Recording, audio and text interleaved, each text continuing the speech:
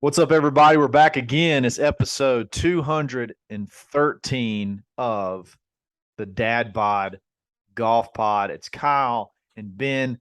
Nate's got the night off. Family stuff he's taking care of. Yep. Nothing serious. We're thinking about him. He'll be back Friday, hopefully, and he'll get to recap what we think could be the most epic fight that this show's ever seen. Something went down, and we're going to get to it. You're just going to have to hang out to the end to catch it because we got some serious stuff we got to talk about. Because Kyle is scared and he doesn't want to get into it right away. No, that's called in the business, Ben. You should know that. It's called a tease. A tease.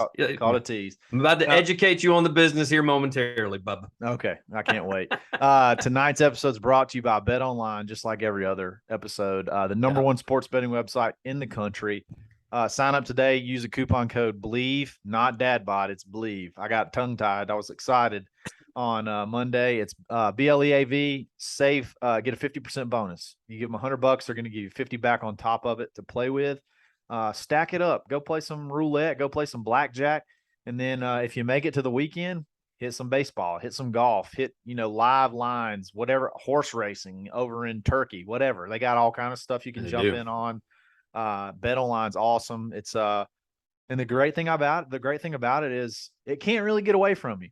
You put your money in, and when it's gone, it's gone. Then you make two decisions. You're like, hey, I can either reload, or you know what? As long as your card's sitting right there on file, Kyle, it can get away from you. It can, but it can't at the same time. This is a voice of experience telling you right now, when you get into the booze a little bit and you hit that blackjack and you start pushing when you shouldn't. I tell you what, but you can't if you got that $5,000 credit limit with a bookie. It's easy to think you can. It's easy to chase one. It's easy to chase it until you hit that limit. You can't really do that here. So, bet responsibly, have fun. I think that's the first time I've said that since reading this advertisement. Bet Online's where the game starts. Are we supposed to say that every time? Bet responsibly? I don't know. Maybe. Yeah. Probably should. So the big news of the day is crazy. The day that we recorded this show, tons of news came out. Tons and tons of news came out. And I think the biggest, least surprising, other than just the timing, was the announcement that Cam Smith and Mark Leishman have officially joined LIV Golf. Cam Smith rumored to have signed a contract for $100 million, which to me is a huge deal compared to the other guys. And Mark Leishman haven't got any contract details from him, but it was rumored ever since the Open, and you got the all Aussie Connection team now, which seems to be a strategy now of LIV Golf, sort of have branded by region teams. When you got Great Britain, you got South Africa, now you got Australia, you got there's some Asian teams, there's some American teams. It's just kind of the way they're going. Number 2 golfer in the world, Ben's kind of a big deal. Yeah, I mean, they keep saying that they're not getting any competition over there. He just won a little small tournament not too long ago. And so he's got that going for him. He's won earlier in the year. He's the number 2 golfer in the world right now. He's making a chase at the FedEx Cup, which that's another thing, is he kept saying in his press conference about how he's here to compete for the FedEx Cup and win the FedEx Cup. And it sounds like he's basically telling us as soon as that's over, or as soon as he's eliminated, guess what's happening? Yeah, going to be headed LIV. And so he didn't say that in the press conference, but anytime 100 million, it's like you said, that's a lot of money. You know what? If they came to me and they said 10 million, I don't know what that is. That's never hit my bank account. Probably not going to unless I hit the lottery. That's when people were talking about winning that lottery for 1.2 billion. I was like, bro, you'd be happy with 20 million. Shut up. Yeah. I don't even buy a ticket until it gets over a half a billion. You know what I mean? Yeah. All those people that went last minute bought tickets. I'm like, okay, you couldn't use the 20 million they were giving away 4 weeks ago. Exactly. Sure. Whatever. Exactly.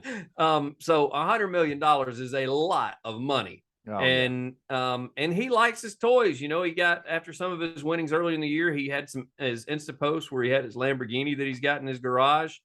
Fun fact, I thought it was hilarious that this all came about this week. And a buddy of mine, he played junior college golf and he lives up in North Alabama. We played a lot of golf in college together.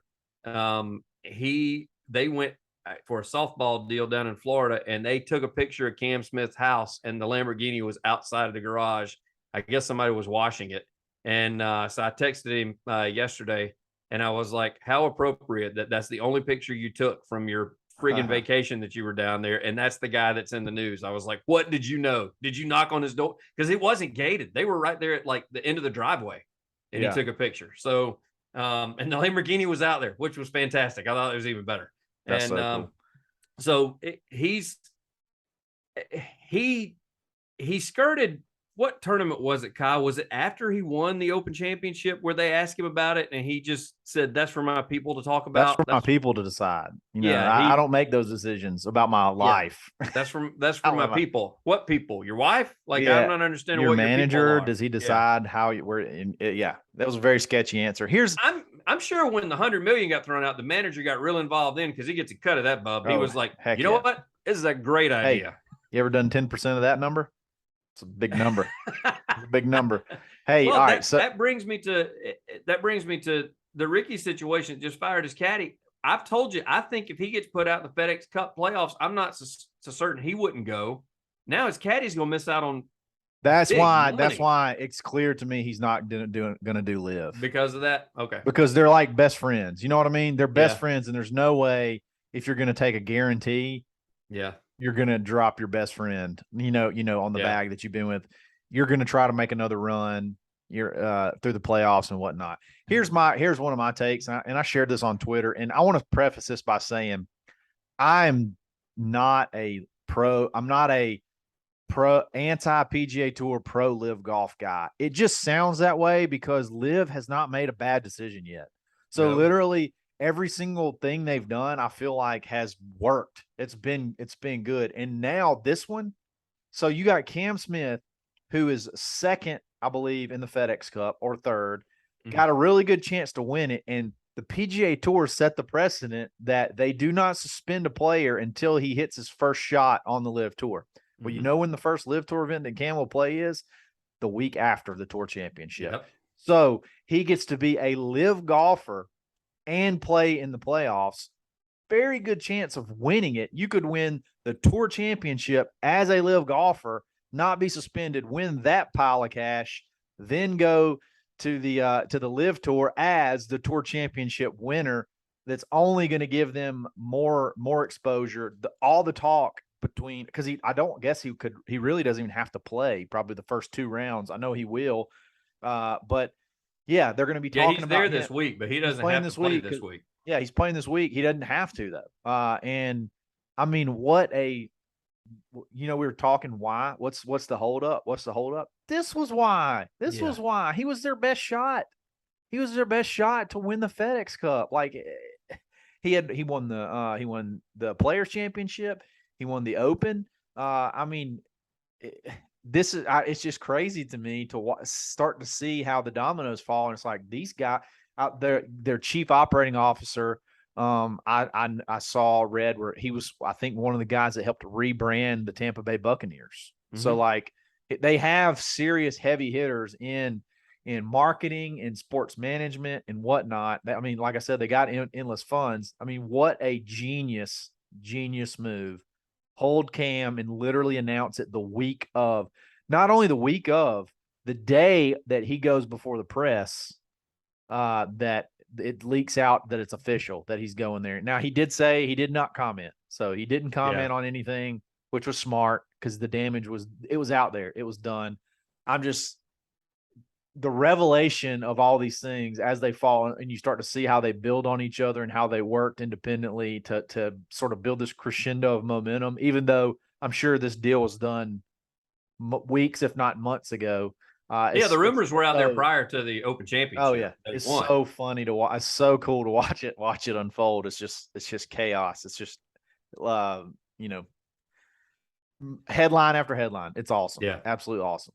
Anything else that we could really say here? I mean, it's the number 2 golfer in the world. Like, you can't really say anything anymore. It makes me think with a guy like him going, it makes me think some of the fringe guys that have been rumored before that are in the playoffs, they've kept it quiet because their fellow countrymen, unlike his, haven't spoiled it, and we may see more. And there's been a few that have been rumored, and I got a sneaky suspicion when those first couple of cuts are made, because they dwindle down every week to less golfers. we may see some other guys that are signed up and going ahead and getting some practice rounds in down at Trump National down in Florida. And is that where the next one is, or is it in Boston? It may be it's one of last one was Trump in Jersey, so it may be Boston, and then it may be down in Florida, and then they go over. Yeah, and then they go overseas.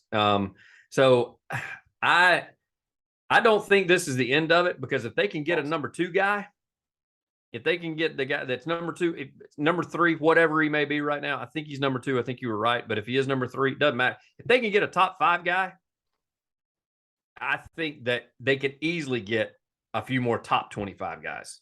Easily. I mean, you got a current major winner. I mean, throwing $100 million out there. Come on. That's all if you add it all up, just on like the top 6 or 8 guys, they've spent right at $1 billion just on golfers. Just on golfers alone. And there was, we've talked about her before. Paige, she tweeted out a thing earlier, and I corrected her. I'm tempted to see if I get blocked or not, because she had said, live guys, quote, we want to play less golf. Also, live guys, hey, we're suing you because we want to play more golf. They didn't say they wanted to play less golf all around. They said they wanted to play less golf. They wanted to play in the majors, and they wanted to play in the FedEx Cup if they were eligible.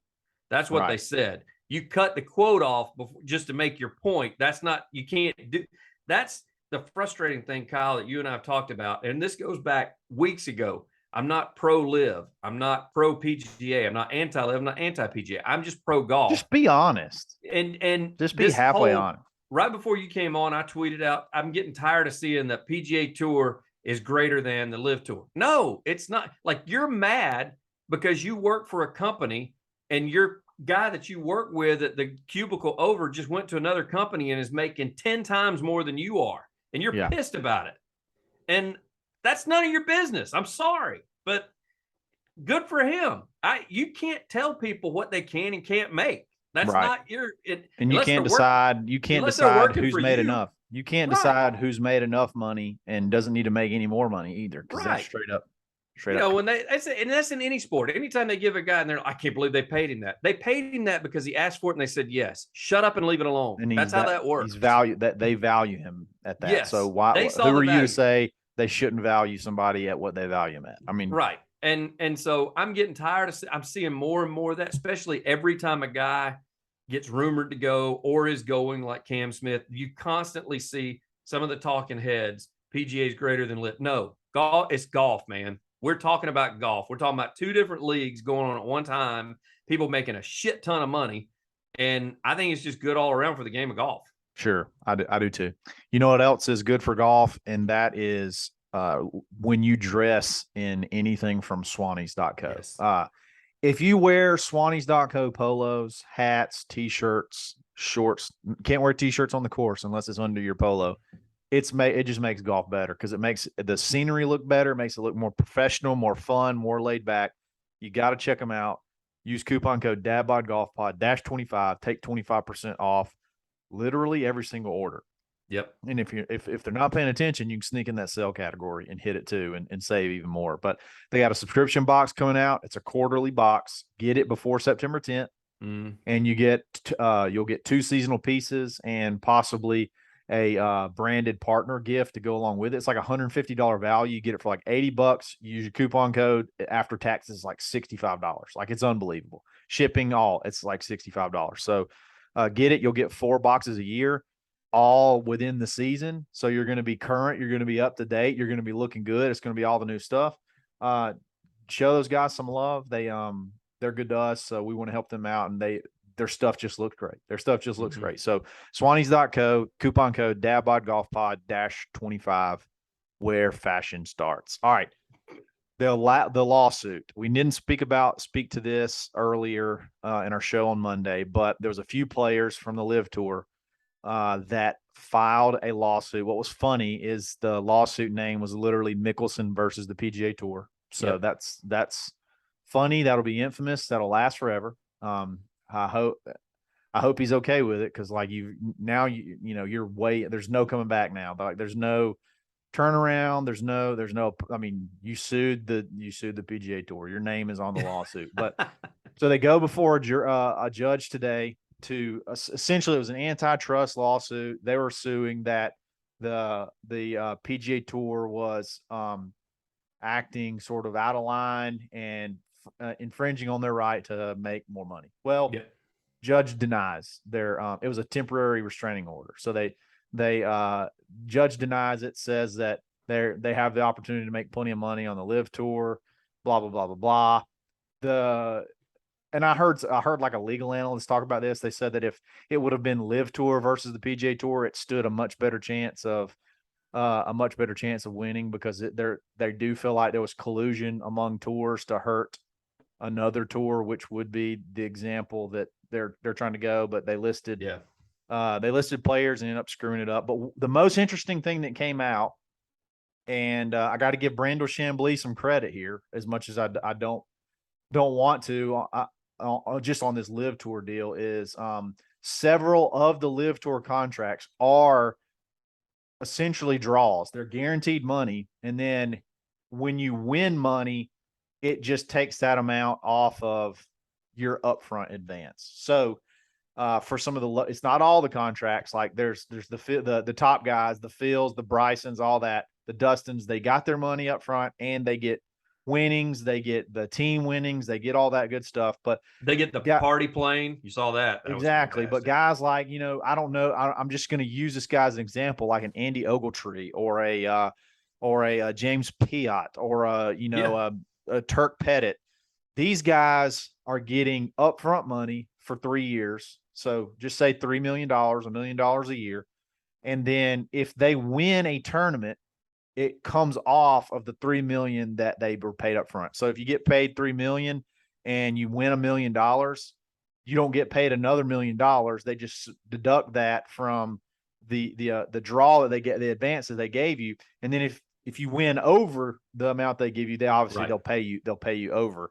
But so Brandel did say that because he said the putt that Jeff Ogilvy may be one of those. He may be one of those. Yeah, it may be one of those contracts that he didn't make a putt for $4.75 million because he had already gotten it, and all that did was come off the total of his guarantee. So with that being said, do you give him a little bit of credit? What does it change your view of a little bit how this money works? Does it sort of taint your idea of the competition? Like, what do you think about that, Ben? It's kind of expected to me, because some of those guys, those fringe guys that we've talked about that are not worth $100 million, like as you mentioned, the Phils of the world, that $150 million, he's getting $150 million. Like, yeah, plus his winnings. Like they bought his name to bring him on there to help sell tickets and help move the needle. That's why they did getting the money. You're just right. Not they're getting, all getting it. Yeah, he's not getting. There's some that aren't getting additional money. Right, he's getting that and then some. Yes, exactly. Let's say it that way. There's a reason. Let me just go ahead and tell you right now. That number that Norman threw out, Tiger, somewhere between $600 and $800 million. Trust me, he was getting a check cut to him up front for $600 to $800 million. Right, like those names they're doing. But you just rattled off some names right there that are not everyday household golfer names. That they're like, look, we're going to take care of you, but when you do win, like the company still has to win too. So, right. And at the end of the day, if they keep winning and they're on a winning team, they're going to get more money anyway. Right. Because if they go over, they're going to get paid over. Exactly. The thing is, the 48 team thing, the 48 guy thing is not going to get bigger. I mean, it shouldn't get bigger because they're really big on these teams. There's a long-term plan on these teams, selling them, buying ownership from sponsors and whatnot.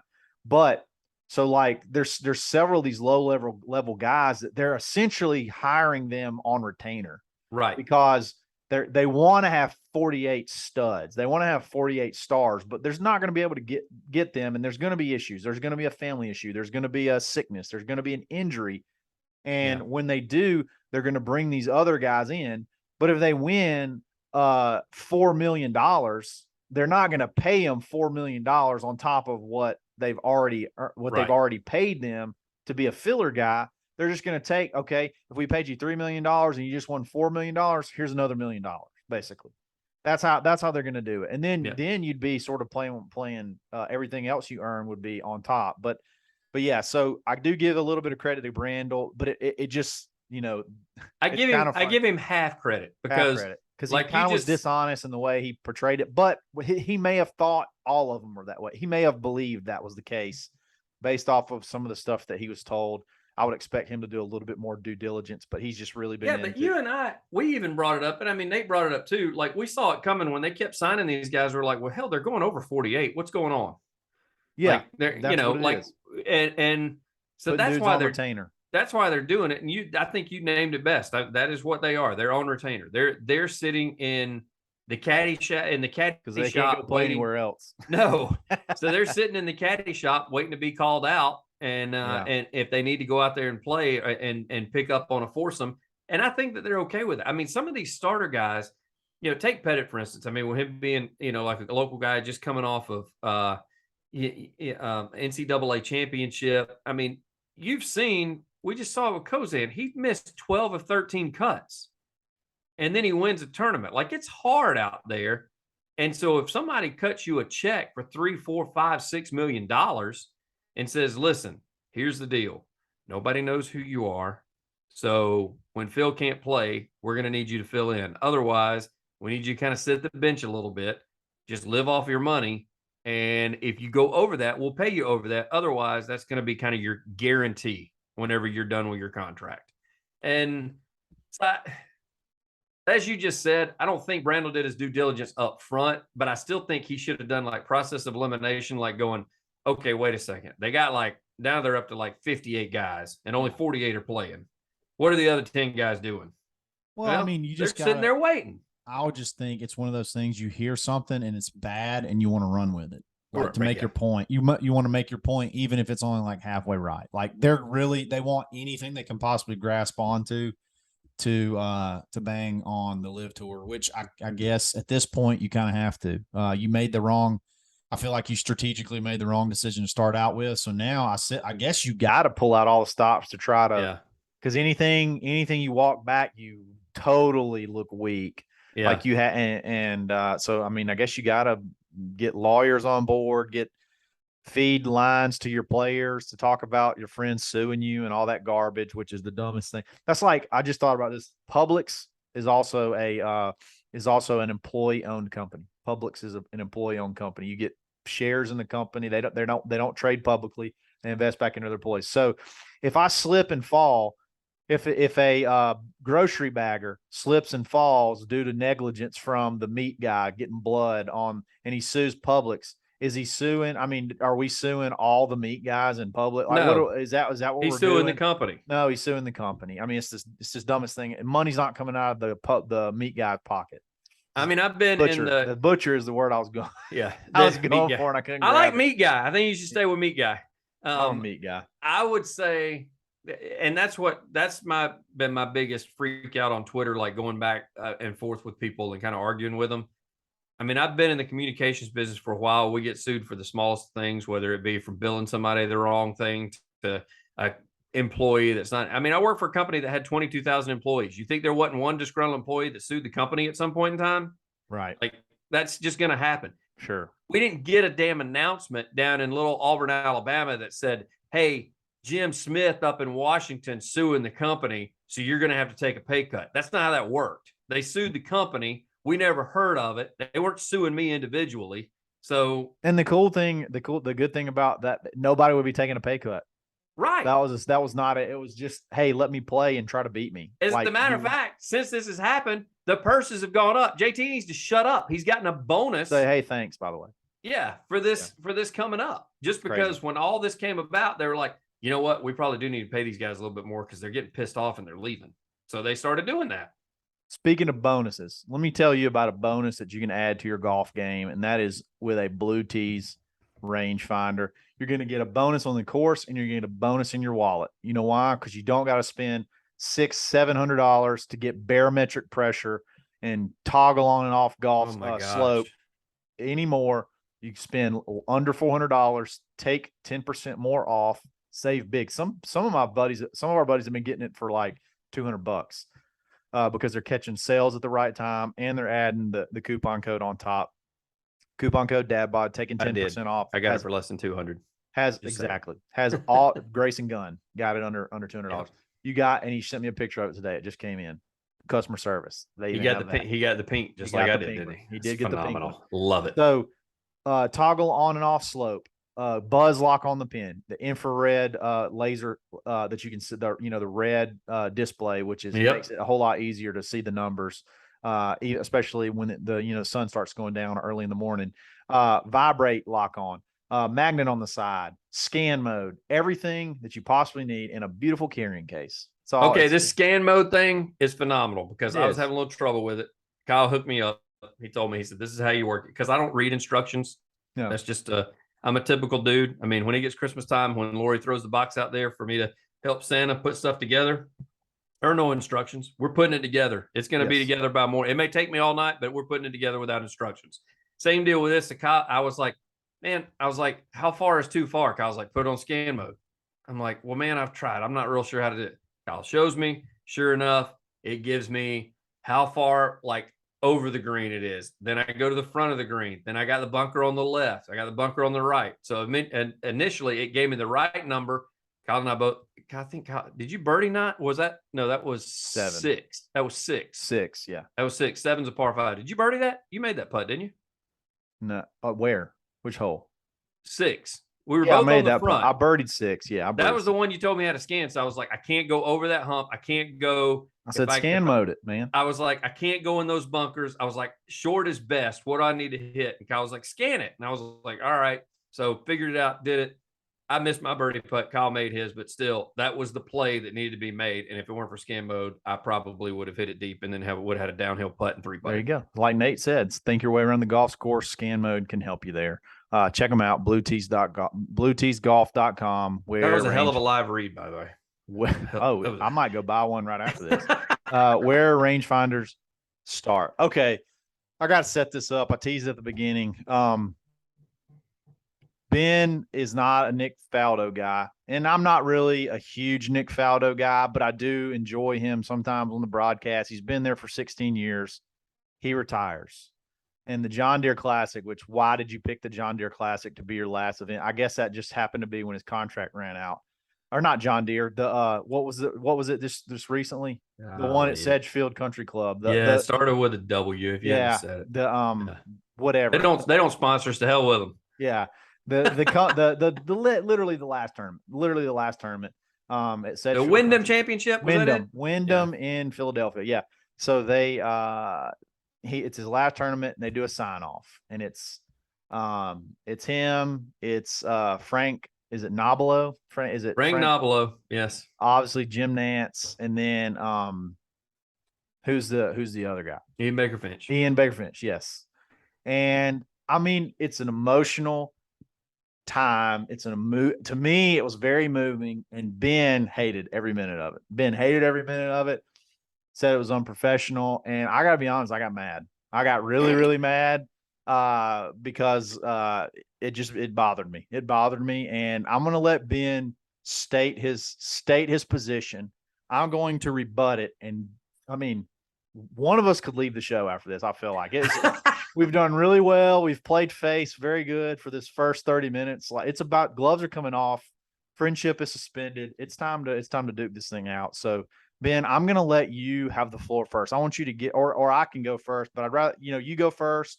I'll come back. You can rebut. We'll see how it goes. But I'm going to let you have the floor and explain why it was a travesty that this retirement became sort of emotional on air. There are a few reasons why. Number one, let's start off with, Kyle brought it up. I am anti-Faldo, and I was anti-Faldo prior to the season. I was anti-Faldo prior to us ever interviewing Boo Weekly, who made fun of Faldo being a pansy. All that did was just reinforce my feelings for Faldo. So much so, I do not follow Faldo on Twitter or Insta. I follow anti-Faldo. It is a Twitter handle. Please go look it up. It is fantastic. It is awesome. So already I'm there. Number two, this is not about him. This is about the golf tournament. This is about the world of golf in general. But boy, they soaked it up, and they made it sound like he was just dying, and he was going to be headed out of this world because he's moving to Montana and he's fishing. And damn it, if I got to hear about fishing lures and casting one more damn time, I'm gonna say that was to Ian Baker Finch. He did it twice. Like, you didn't have to do it twice. And you said the name of the creek or whatever like 5 times.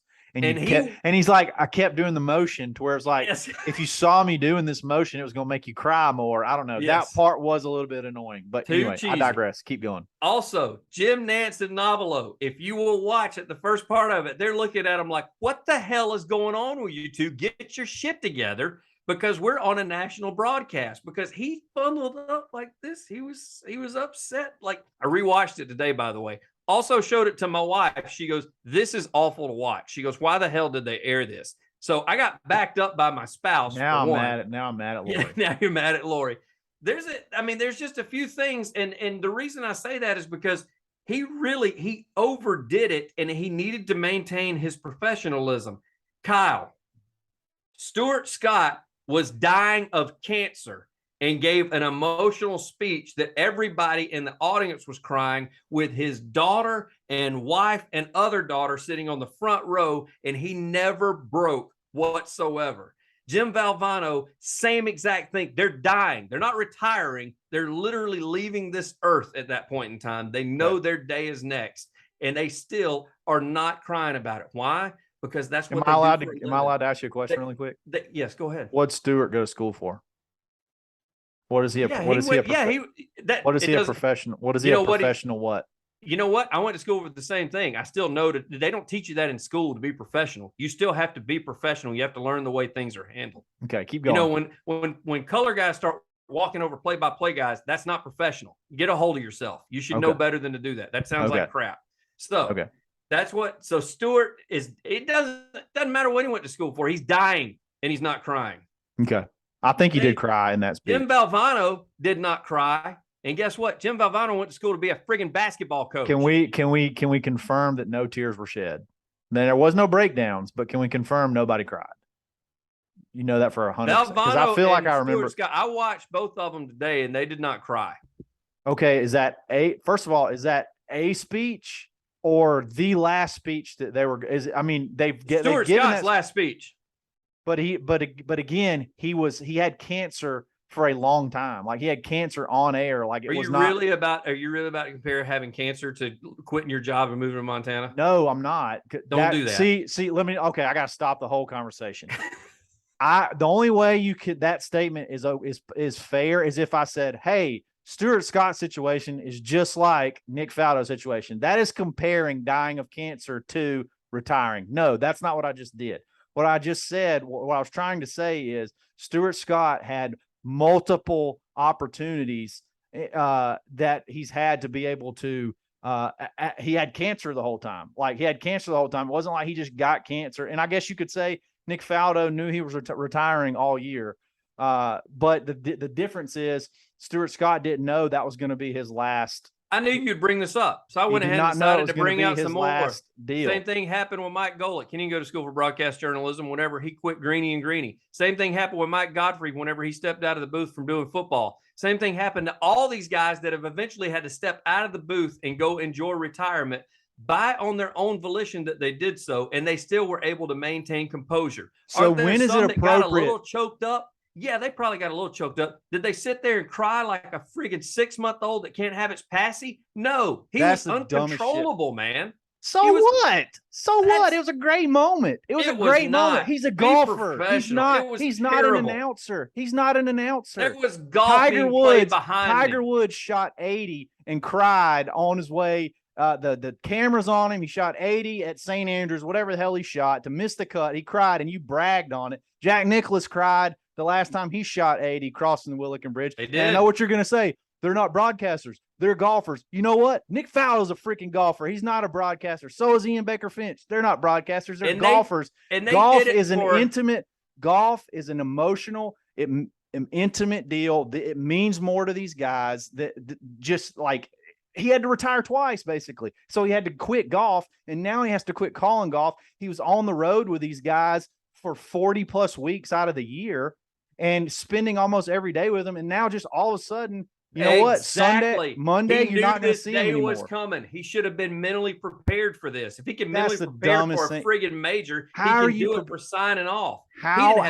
He even said he didn't do anything. He didn't prepare I guarantee you, I could find news anchors. I could find all kinds of people that when they fucking Pat Sajak or whatever, when he retires. Not to that extent, man. He could not be consoled. What's good? Okay, what's good? What is a good? What is an appropriate? What's an appropriate amount of? What is an appropriate amount of emotion? If he choked up for a little bit and then went ahead and did his thank yous, he couldn't get anything out. It was ridiculous. I mean, look at Nabilo sitting over there staring at him, and he's like, great. "Bro, I loved every minute. I loved every minute of it to see that it meant that much to him as much as golf means to me. Because if I couldn't play anymore, I would probably be choked up to talk about it. And I know it means that much for him to be able to call golf.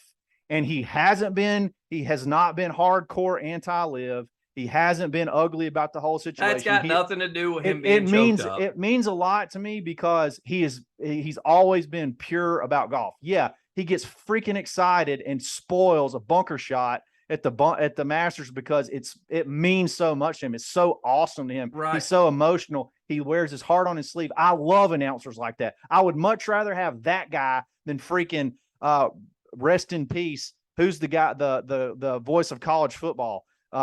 Keith Jackson. I'd rather listen to Nick Faldo call golf than Keith Jackson call football, or these guys that it's just I'm a robot. I want emotion. I loved every bit of it, and I think you're trying to be too cool and salute. I'm not trying to be too cool. I think this has nothing to do with Boo. I think that Faldo took it too far. I think it went too long. Too long at the very end of a broadcast before it went off.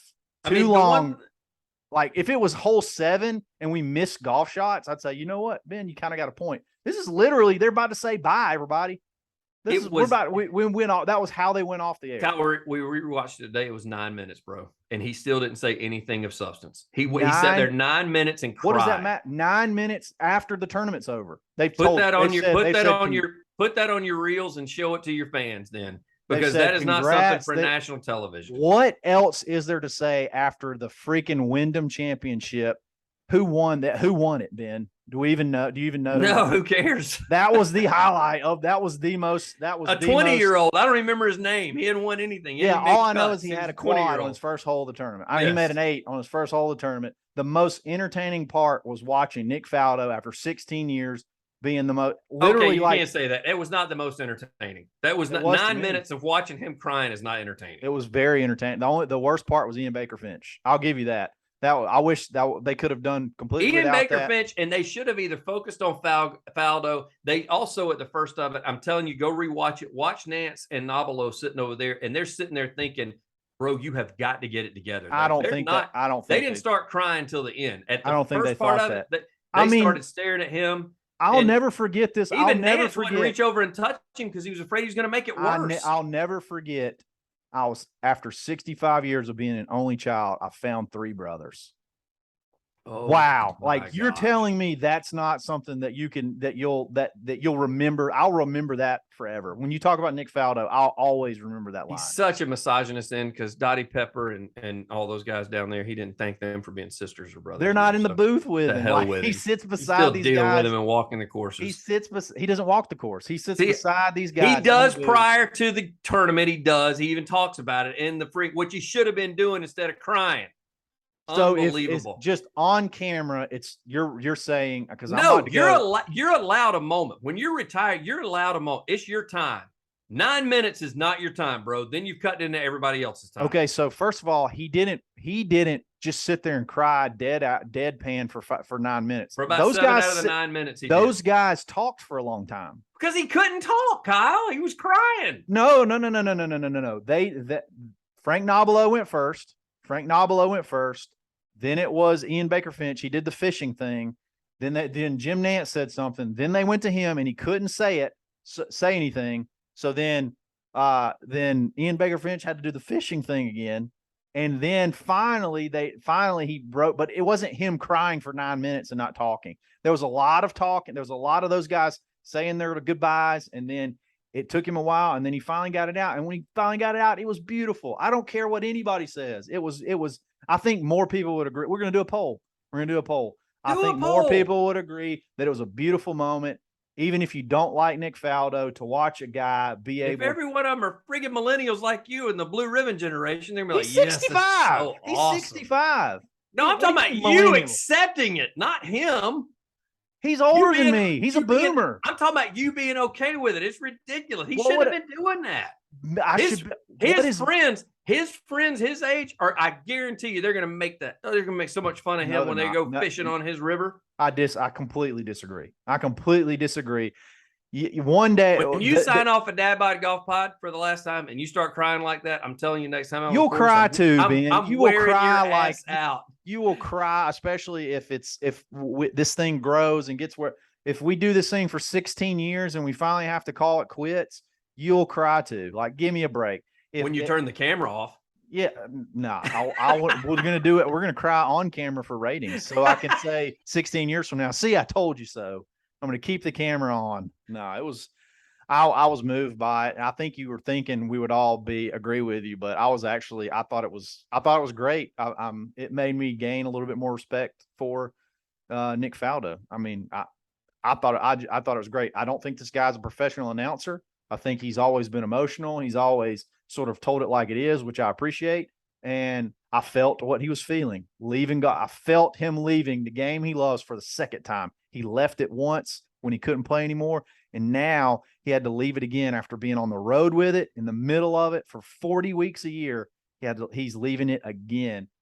Man, I get where you're coming from. I will say this.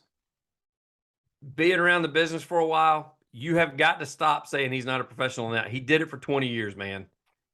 Doesn't make you a professional. I mean, it doesn't. Yes, any guy, the experience, the guys that I've worked with and the guys that I've seen my buddies work with that have worked for people for over 20 years, they are professional. They may have Jim Nantz is the professional. They may have an insurance job. Paul Ellen is a glorified insurance. He's still a professional when he steps in the booth for Auburn games.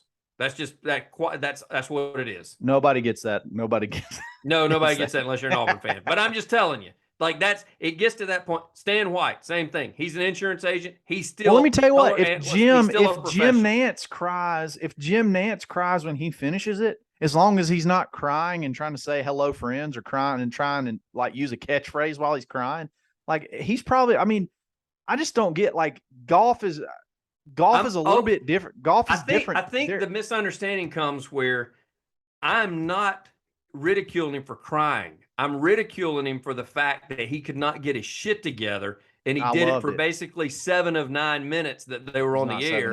And at one point in time, he was even curled up over there because he couldn't get a hold of himself and compose himself. And I just thought that was unprofessional, and he shouldn't have done it. How do you not do it? And then he even threw CBS under the bus whenever he said, it was fake? I asked for napkins, and this is what they were. Asked for tissues, and this is what they gave me. It was just 2. Like, do you think he faked it? No, I don't think he faked it. So how the hell do you control that? How do you control that? That I don't know. I think that comes from individually within yourself. I think that they should have said this. It has been done. Every person that I've dealt with that has done with a sign off, and I've dealt with quite a few. Every person, there is a what are we gonna do for your last sign off? There is a plan put in place. So there's a don't cry rule when people. It's not a don't cry rule, but it's like, this is what do you plan on saying? They want to make sure you're not going to get on there also and just go off against the company that you're leaving either, because they're signing NDAs and everything else, especially at that level when you start talking about NBC, CBS, and those guys. And so they went over this in the green room in production as early as Wednesday. What are we going to do on Sunday? Have you thought about it? What are we going to discuss? And it all got thrown out the window. How do you know that? How do you know that was not part of the discussion? How do you not know that Ian Baker Finch and Frank Nobilo and Jim Nantz didn't get together and said, "Hey, here's what we're going to do. He's probably going to cry, but we're going to tell this guy how much we love him before he leaves. We're going to tell him. We're going to tell everybody." I'm sure they said that. How do you not know that they planned that and he wasn't prepared for it? I'm sure he was prepared for it. So then it's fake. So you think it was fake? No, I think he was just overcome with emotion. I don't think he took it either. He didn't take it serious when they were talking about it. I'm telling you, Kyle, they had these friggin' meetings to talk about this stuff. They may for certain situations, but that doesn't mean every situation. Golf, like you have to just talk about shit forever. Like you're there for 10 hours a day. They weren't talking about golf. They were talking about his final sign off. I'm not talking about the sign. Like there's so much you have to plan. Like I don't think like they could have got him a cake. There could have been all kind of things that you do. You surprise people and they're like, they gave him the cake last week. The last day of work. It's your last day of work. It's your last day. It's not your typical office job. Like when you leave a company that you're there for a long time, like people probably bring you a cake. They probably they try to give you a surprise party. Like this whole thing could have been a surprise. That's why they did the cake last week. Hell, he may have thought he was done. And now he's signing off and people are telling him like the hardcore, how much I love you stuff and how much I'm going to miss you, when he spent 40 weeks a year in the freaking booth with them for 10 hours a day. I'm telling you, that kind of stuff was discussed ahead of time. I don't think it was. I think what you saw there. That's because you don't work day in and day out with guys. You're using the argument from authority, and it's bullshit. Okay, it's not an argument from authority. It's an argument from experience. I've worked in companies before where it's my last day that I've cried when I left. The last company I worked for, I worked there for 5-6 years, invested a lot of time into it. I had to leave. I knew I was leaving for 2 weeks. And on the last day I cried because you can't use that experience. Why? Because y'all didn't sit there and meet about it 3 freaking days ahead of time and talking about. You don't know that they met about it. I guarantee you they did. They got everything talked about, like stuff like that. They're like, it's the sign off. The cake that was brought out the week before, same thing. So you're saying they met. They didn't script it out, but they said, this is what we're going to do. We're going to tell. I guarantee Ian Baker Finch said, I'm going to talk about fishing stories. So it's fake then. So you're saying it's fake. No, they don't give a script to it, but they give an outline of what they're going to do. I promise you. So how do you ask every broadcasting buddy that you know if that happened? I promise you they'll say, oh yeah, they talked about it. Ask them if they planned it out. I promise you, every one of them will go, yeah, they talked about it. I promise you. They broke it down and they said, hey, who's going to talk about this? Who's going to talk about that? That's all opinion, though. That's all opinion.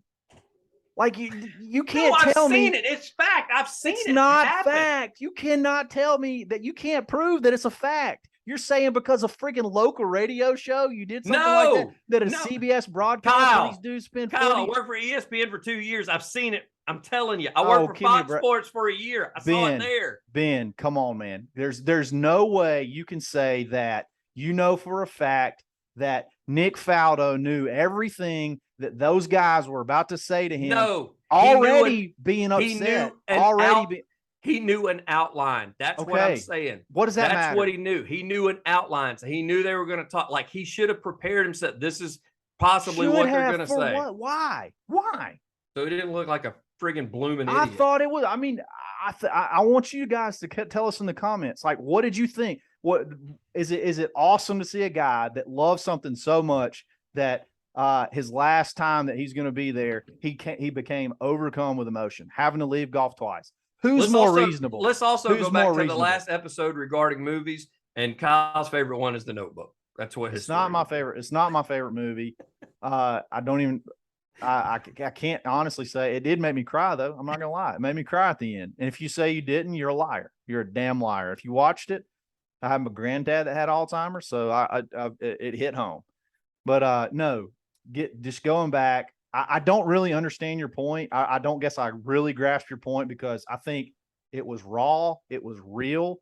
No matter how much you quote unquote prepare for it, he didn't get a script. And I'm not arguing that. And I'm not arguing that point with you at all. I'm not saying it wasn't. I don't know what real. point you have. What point? I am saying that they knew this was coming. They knew and he shouldn't have cried longer than 2 minutes. No, I'm not saying there should have been a time limit on it. I'm just saying it got a little out of hand. Like somebody that was uncontrollable, and it made it awkward, and it was bad television, in my opinion. I thought it was great. I mean, I bet you, I would love to know like that sign off, and we'll go look at it. I would love to go look at some of that the views, the comments, the likes and whatnot on the PGA Tour Instagram post when they did that. I would love to see stuff like that versus just the average. And to take your defense on it. On that portion, I think he is unliked by a lot of people, so I think you would probably see more negative comments than you would see positive comments. Maybe. That's just my opinion. I think real golf people don't dislike. I think golf people don't dislike Nick Faldo. I think he's very, very well respected.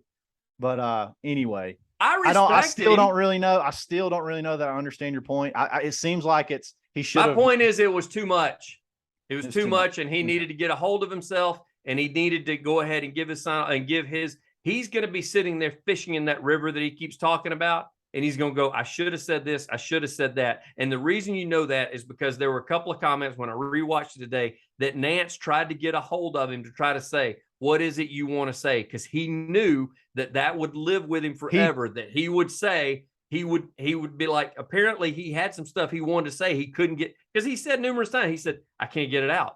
Like, I can't get it out. Exactly. And it's raw, but why is that bad? That's what I can't figure out. I just didn't like it because of I think he should have just been more prepared. I think he should have seen what was coming. I think he should have known he was going to be overcome with emotion. And not done the sign off? Like, what do you do? How do you train for that, Ben? Do you get drunk beforehand? Do you get people to punch you, pinch you? No, you do. When it comes to stuff like that, you do sit down and you make like bullet points of stuff that you want to bring about, and you kind of get it into your brain. Hey, these are the things that I needed. Wednesday, he could. When they were going through programming meetings for the weekend, he could have easily gone to his hotel room and he could have easily jotted down some bullet points that he could have gone in overnight and said, I need to remember to thank Nance. I need to remember to thank. You think he came up with that bullshit line about the three brothers without writing that down? I guarantee you that wasn't on the fly. Do you think that he chose to cry over thanking them? You brought it up. The three brothers comment was a great line. Scripted. So what? It was great. He got it out. If out of the emotion, that's the only thing that he could get out. So okay, let's take your. You just said you think they should script it. He did. That line was scripted. Okay, fine. Let's say that. Let's say that happened. Let's say that happened. Let's say he had a full script. You think that he wanted to not say the things that he said that he wanted to say because of how overcome with emotion he was. Like, there's probably a ton of things he wanted to say, but he couldn't because it was such a real and raw moment. Let me say this, even though I'm anti-Faldo, let me go back on something. I'm not blaming him as much as I am blaming the network. They should have gone to break, let him collect himself, and come back and wrapped up that broadcast. You can't, though. You know, broadcast, at the end of a broadcast, when there is no more commercial breaks, how do you come back at the end of the hour? When you got local news coming up next, the producer in the truck, because since they let him go 9 minutes, the producer in the truck could have said, "We got to step away and come back, find us something." And now he probably would have had to still kill another 60 seconds of crying. But you know why they didn't? You know why they didn't do it, Ben? Because it was great TV. Because they're a bunch of blue. Because it was absolute great TV. Softer side. You may have made my point. You may have made my point even better. That's why they didn't cut away from it, because it was the most real, entertaining moment of that whole golf tournament. It was from the lady that sits downstairs that cries at just about everything. She thought it was the most awkward thing that was unwatchable that she has seen in quite a while. Well, they kept it going. They could have gone. You're right. The producer could have easily gone to commercial break, apparently, but he didn't, because he's like, damn, this is really good TV. We didn't even. We had a personal connection to it. We scripted this thing out on Wednesday. Because they got we scripted this thing out on Wednesday. This is way better than the script. We got real emotion. We got Nick Faldo, the steely-eyed. Everybody talks about he's in golf. He could stare you down. He could intimidate you. This, that, and the other. We got this dude breaking down in tears, crying because he's leaving golf for the second time. This is amazing TV. Don't you dare go to commercial. Don't you cut away from this. We got to keep watching this. Jim, help him just a little bit. Hey, Frank, pat him on the back. Ian, tell that damn Trout story again. This is great TV. We're going to keep it going. That's you know what, Ben? I think you're right. I think they did script it on Wednesday, but this ended up being much, much better TV. Oh God, I don't know about that. That was actually everything that I hoped and dreamed it would be. So we're friends. I had something I wanted to throw on you too, and I didn't. Throw it.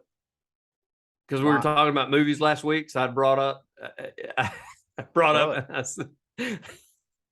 I said, you know what, Doris? Rogers Hornsby was his manager, Jimmy Dugan's manager, and he called him a talking pile of pig shit. And that was when his parents drove all the way down from Michigan to see him play the game. And you know what he didn't do, Kyle? What's that? He didn't cry. You know why, Kyle? Because there's no crying.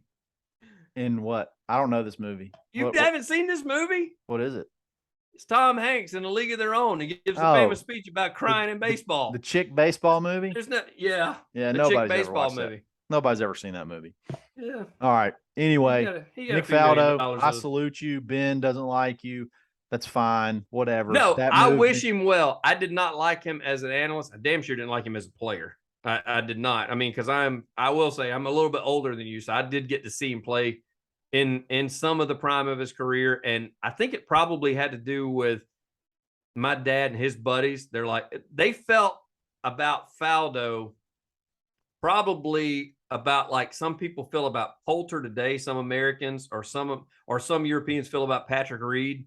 Like they were he was. I didn't like him during that time. He was Team Europe, and Americans just didn't like him. Sure. And so I guess that's why it filtered down with me. So I didn't like him as a player. And now I will say this guy's an American. I like Faldo better than Johnny Miller. Oh, he dunks all over Johnny Miller. Yeah, I'll say that right now.